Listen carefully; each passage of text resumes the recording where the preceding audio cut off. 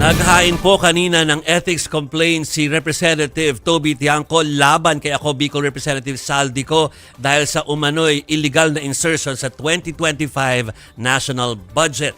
Sa complaint po na iginain o inihain ni Tiangco, iginiit ni Tiangco na mayroong conflict of interest sa mga kontratang nakuha ng kumpanya niko na SunWest Incorporated. Ayon kay Tiangco, nakakakuha ng higit 86 billion pesos mula sa DPWH ang kumpanya niko mula 2016 hanggang 2025. Kasalukuyan pa rin pong nakalive si ko sa Kongreso.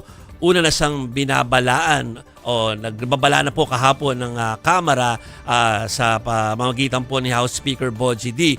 Nakikilos na ang Kamara laban sa kanya kung hindi pa siya papasok by September 28. Nakuha na naman ng One News ang bahay nga po ni Ko sa Pasig yan at ngayon ay balot na po ito ng trapal at mahigpit din ang seguridad sa paligid ng naturang lugar.